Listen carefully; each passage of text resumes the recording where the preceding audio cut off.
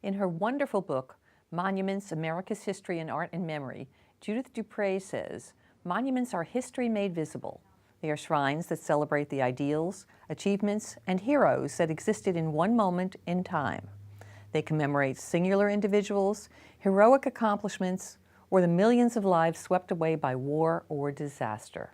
They reflect the politics of remembering and the subtle comparisons our bodies make when looking up or down at effigies of others. The best of them are redemptive, allowing us to understand the past in a way that is meaningful in the present.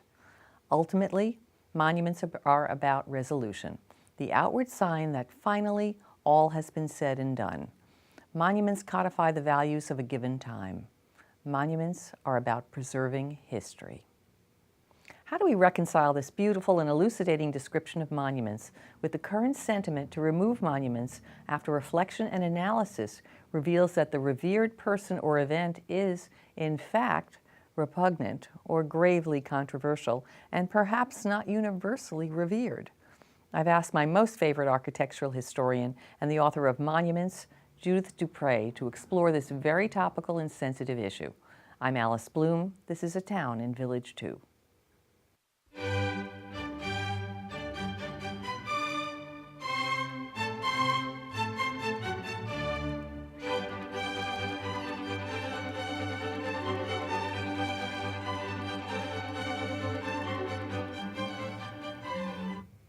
Welcome back. Judith, thank you so much for being my guest. Oh, always great to be here. It's always great. You are my most favorite architectural historian. When the controversy started about the destruction or taking down of Confederate monuments, you were the first person I thought of because your book was so important to me. I thought about monuments that I never understood before. And I thought about the amount of energy that went into constructing a monument. One of the things I learned that it took a group of constituents to get a monument built. Yes. And often it could take a generation to get that monument built. I appreciated memorials or monuments in a way that I never did before. So I turned to you for a conversation on how do we explore what's going on in our country today. First of all, let's talk about how monuments do get constructed. Why is some event commemorated and others are not? Well, I tend to think of monuments or memorials, I use those phrases interchangeably. I tend to think of them as the tip of the iceberg. They're markers in the landscape, but if you explore them, you'll see that years and sometimes generations of effort has gone into their construction. So there are dozens, hundreds, and sometimes more involved citizens that want a particular event to be commemorated. In the past, certainly in the case of the Confederate memorials, those deciders, the citizens, were primarily white and wealthy. Concerned citizens get together, they create some design options, there's a competition. The minute the winner is announced, then the organizers are roundly criticized. And then we go into fundraising, raising the funds to have the thing built and sited. And then, eventually, the monument is dedicated.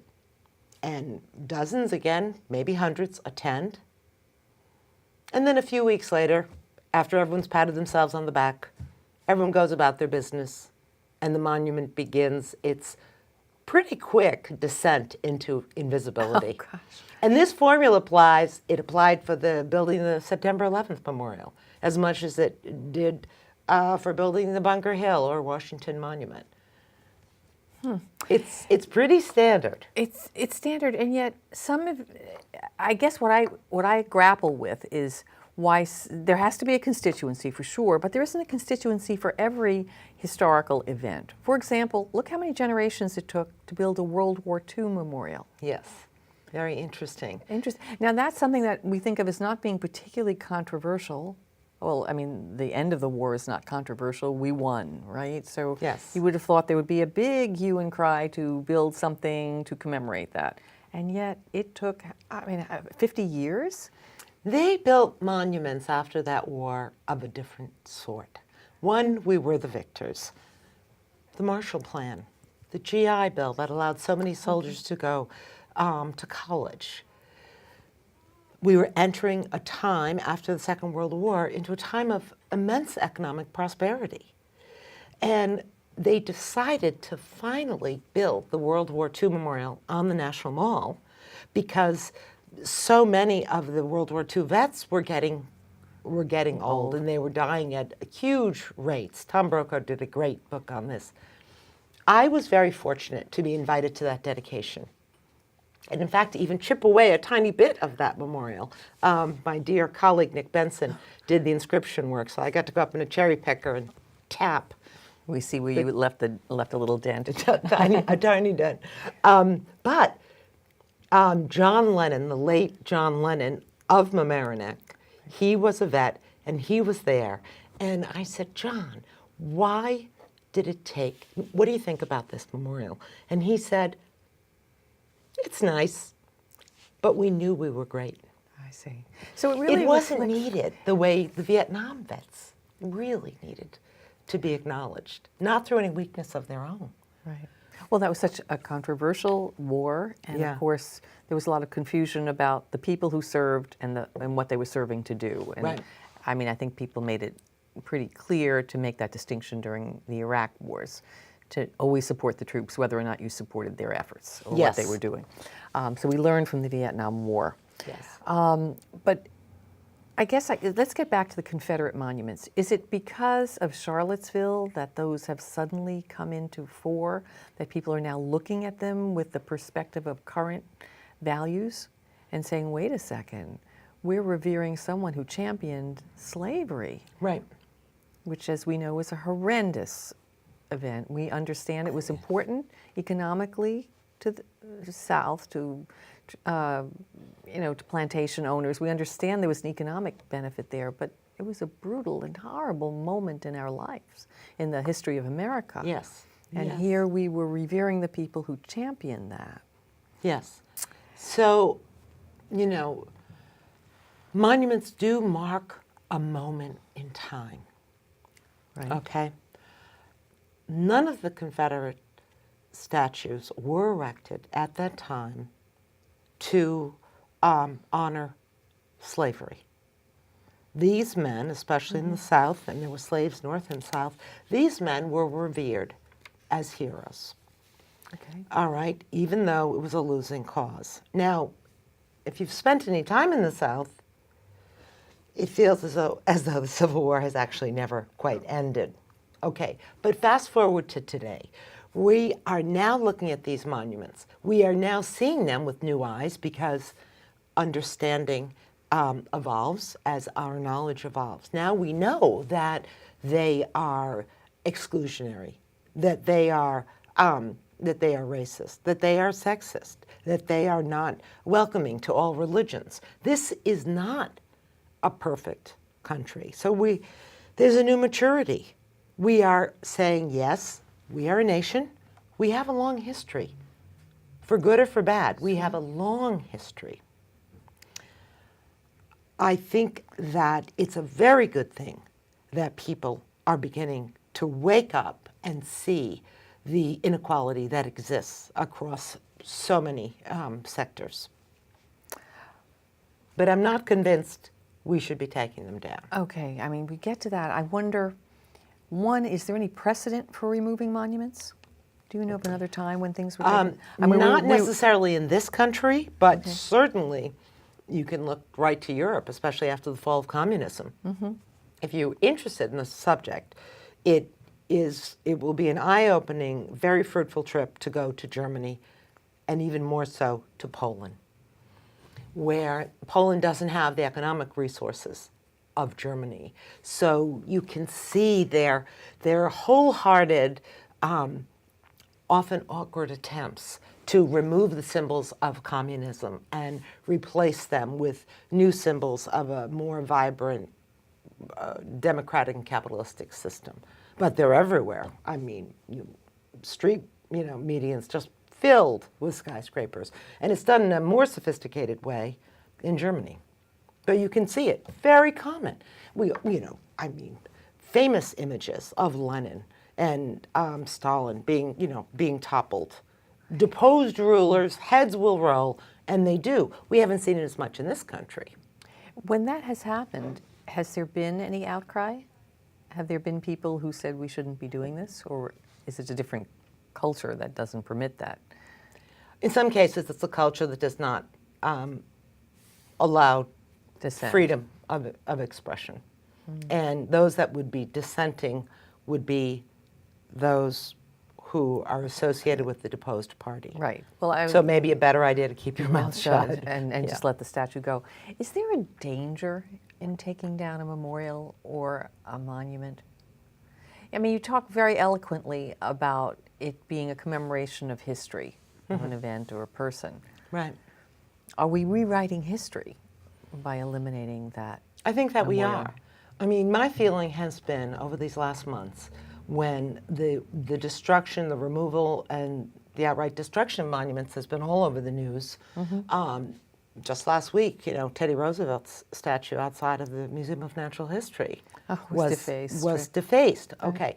So my feeling has been one of, okay, let us pause. Let us pause. These statues have been standing for 100 years or more. Let us just pause and think about how can we embrace the past and use that history to illuminate what's important today and what's going to be important in the future. All right, so I do not advocate for wholesale removal of all of these monuments. Many of these monuments could be amended. Okay, how would you amend them? Well, you mentioned the comparisons our bodies make. When you see invariably a white male high on a pedestal, you look up. There is this automatic comparison. There's an assumption made that this person was somehow better, more worthy, more something than you or I might be. An easy way to amend these statues, this is a new idea for me, is to literally take away the pedestals and put them on the ground so we could go toe to toe, look them right in the eye, and realize they were human beings like the rest of us. They had many good qualities and they had flaws as well. Another thing that could be done, you could leave the offensive statue up, you could add another commemoration, either in the way of an educational piece or another sculpture or even a projection onto the offending piece that would help people see it in a new light, sometimes in a literal new light. There would be an opportunity here. So we want to make the most of an opportunity to educate people. People's memories, as I'm sure you know, shocking. Well, not They're only memories, so short. there are a lot of people who have never studied history. Well, And they simply don't understand who Robert E. Lee was. yes. I mean, they may know a folk song about him, but they don't understand what he did. Yes. Well, that is so true. And I have to tell you, when I was writing monuments, they were still in the process. It was 7 years writing that book, and they were still in the process of deciding what was going to be built down at the World Trade Center. And there was a huge brouhaha about the placement of the names. I don't know if you remember that. It roiled for almost 2 years. The names of those who perished. The names of the almost 3,000 people who died. Right. And I, of course, was following all of these stories and was just gobsmacked to think, could it be that people have forgotten already the controversy about the placement of the names on the Vietnam Veterans Memorial? Where Maya Lin showed us that listing names alphabetically, which was the original plan down at the Trade Center, she showed us this would have the heartless anonymity of a phone book. Apparently, everyone had forgotten that event, even though it was only less than 30 years old at the time. Now, eventually, the names You're talking about the Vietnam War Monument. the Vietnam War Memorial. And eventually what happened in D.C. at the Vietnam Wall, those names were listed in chronological order as to the death date. Right. Down in downtown in Manhattan, the names are listed according to meaningful adjacencies. The people, workmates were placed together. I see. Best friends were placed together. Heartbreakingly, father and sons or mothers and daughters were placed together. Some people were placed together only because it was known that they were together at the very last moment. So names are important, But but we forget these lessons. And the controversy about that. Just a quick question. I happen to have been down there recently, and I saw that they were not alphabetical. I'd forgotten our conversation about that, of the placement of names. Does it make it hard for people to locate their loved ones? Downtown, it's actually quite easy. Yeah. They have these wonderful kiosks. Oh, okay, You so you can could- put in the name of a loved one. it'll tell you take where it you. is. It'll say, is it Okay. the North Pool, the South Pool? You can find it by panel. Okay, because I was looking for a name, and then I said, this isn't alphabetical. Anyway, the crowd was too great, and I didn't have the time to search it then, another time. Yeah. I digress. One of the things that has become so painful has been the challenging of statues or monuments to people that I thought were universally revered. Yes. For example, George Washington, Thomas Right. Jefferson. Right. I mean, we all think of as forefathers. I mean, most of us Right. do know what they achieved, which was our liberation Mm-hmm. from an oppressive state. And then people say, oh, but they were slave owners. How do we reckon they were? Well, first of representing the all, Moors we of the can time. we can absolutely say this. Those statues and those commemorations do not exist because they were slave owners. They are being honored, particularly Jefferson, is being honored for voicing the tenets of this democracy, for holding that these truths are self-evident, that all people are created equal. All right? So he gave with one hand and he took away with the other. Should his monuments remain? Yes, they should. And new monuments, amendments, educational programs can explain this, and in a very positive way. This revered president, Thomas Jefferson, for instance, had extraordinary qualities. He had flaws, and the good he did actually, in the end, outweighed the bad. I don't think there is any point in a wholesale removal of all these statues. I don't know if you read Gail Collins' column a couple of weeks ago, a week or so ago, about exactly that. And basically, just to capsulize what she said, she was talking about the controversy of so many statues. If you looked for every flaw in every person, the only statue we could have is Alice in Wonderland, and maybe some dog in the park. I mean, Balto. Balto, right? I mean, No, but even people are contesting the Balto statue now. It's like, really, people? Okay. you don't buckle like that down. breed? Is that what the problem was? There was another dog that was He bit more somebody, worthy. or- Now, Balto was incredible. He brought serum like hundreds of miles and terrible Arctic. Well, I mean, but, and Alice in Wonderland, I'm sure will be like, well, she might have been using drugs. took She drugs, was all she- about those mushrooms or whatever she was, drink me, eat me. But, you know, the thing is, let's find a balance. We need more memorials to women. We need more memorials to people of color. We need more memorials to those people who every day get up, rain or shine, and go and do their work. And I'm not necessarily talking about mail carriers. I'm talking about honoring people who really are the backbone of this country. How do you reconcile the fact that there's probably not a Confederate monument in the North? Well, I'll tell you something. This is one way of thinking about it. And there's also probably not a statue of Abraham Lincoln in the South. You know, I don't know that for certain. But I will tell you something. Some point I always like to make when you think about Daniel Chester French's great seated Lincoln inside of the Lincoln Memorial, where he's seated. He's the closest thing we have, Lincoln, to an American god. Right. People don't realize that sculpture was conceived by Daniel Chester French, but it was carved on its monumental scale by the Piccirilli brothers, the great cadre of Italian sculptors who realized that monument and some of the most important monuments. Just as they were being discriminated against, they went on to create the visual symbols that have become so important to understanding who we are as a nation.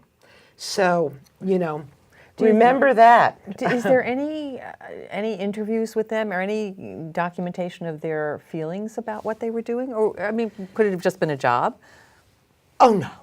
Oh no. They were passionate about what they did. And until they came, they had an atelier up in the Bronx. They also carved the lions, patience and fortitude. Good qualities to have. The lions outside of the New York Public Library, the main branch. They carved the Columbus Circle, Right. the Columbus Memorial. Another statue under great scrutiny right now? Everything is under scrutiny. I think it's a good thing. It is a good thing because it's time for everyone to wake up and see all the enormously rich voices that we have been ignoring all these years. Some monuments work and some don't. I think about the dispute in Mamaroneck, maybe it's 10 years, maybe it's more than that now, over the Kemper Memorial. Right. A memorial that, talk about invisible.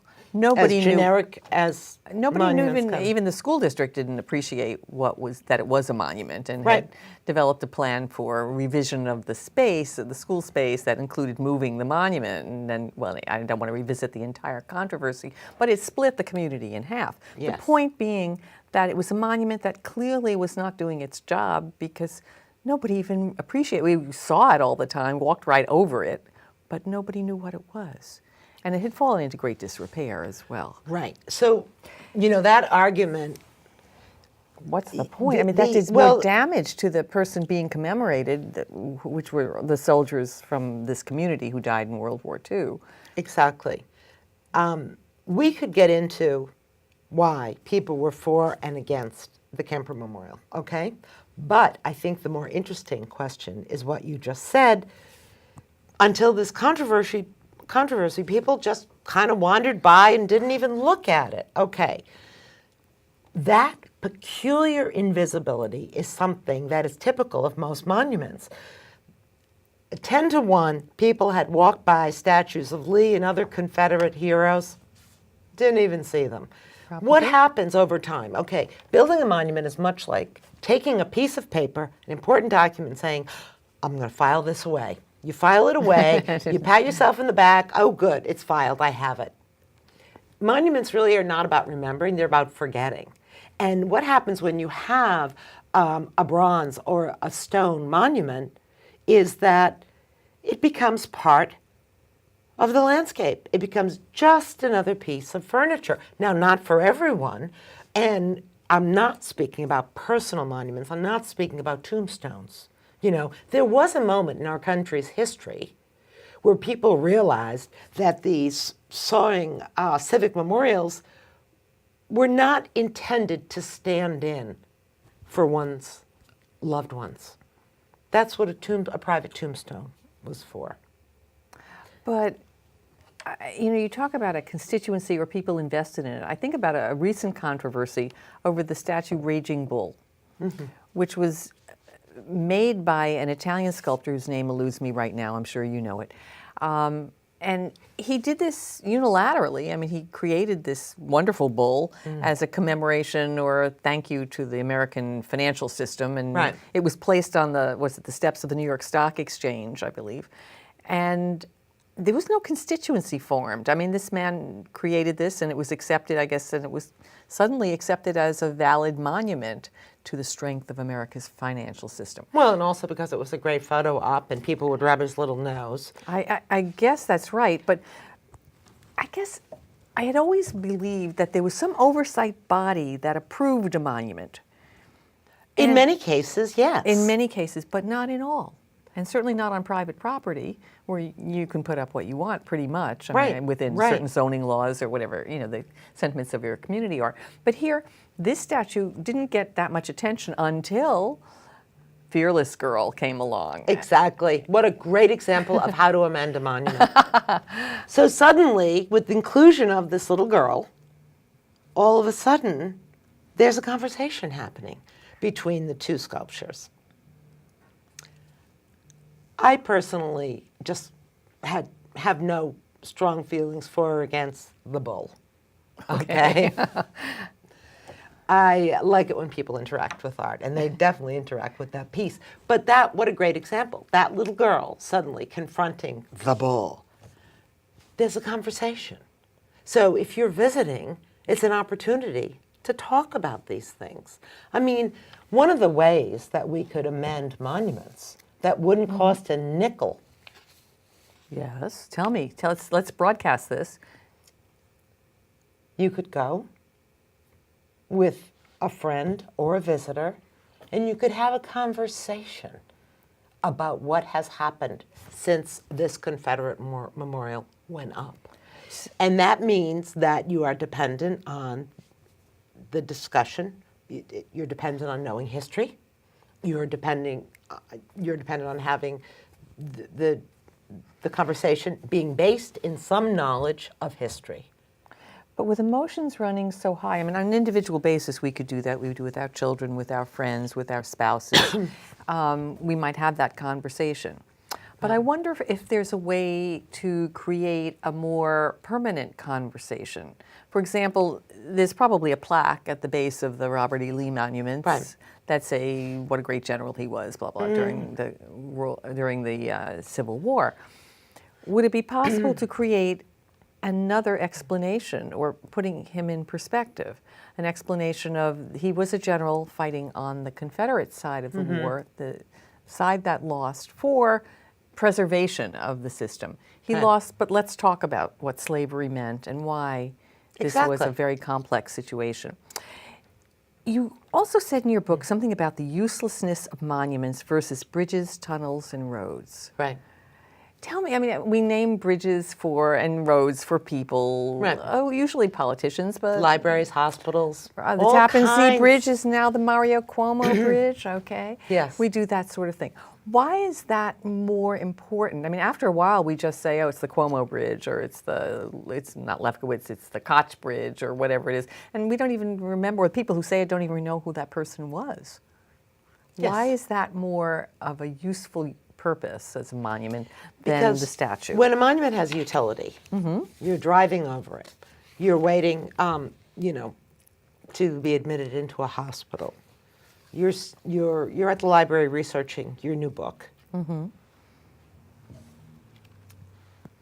Most probably, you are not contemplating the life or the sacrifices, the contributions of the person that utilitarian structure is named after.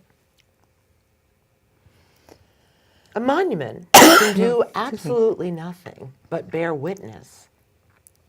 It's a powerful thing. So you're saying now that the monument is actually more important than the bridge, because we just... I'm saying they're apples and oranges. Okay. We need bridges, we need banks, we need hospitals, we need libraries, so we sure. should commemorate. Judith, I'd love to continue the conversation. Tell me what's your latest book? Well, I just want to make one more point in defense of us Northerners. Grant's tomb, when it was built. Who's buried in Grant's tomb? Tell me quickly, Grant we have to and wrap Julia up. Dent, his wife. That used to be the place to go. It's been reduced to a joke now, but that monument attracted 1 million people a year. Wow. And now, We don't even people know. don't even know where it is anymore. No. And Just so, all monuments, not just Confederate monuments, all monuments are subject to that kind of invisibility. visibility. We're the ones who are responsible for keeping the ideals. Will you come back alive. and talk about your next new book? I would love to. It's a 20th anniversary edition of Bridges. Can't wait to talk. Judith, thank you so much for being my guest. Oh, it's always a pleasure. Oh, I always mine. learn so much and think so differently when we leave this table. No, thank you. Thank you. And thank you at home for watching. I'm Alice Bloom. We'll see you next time.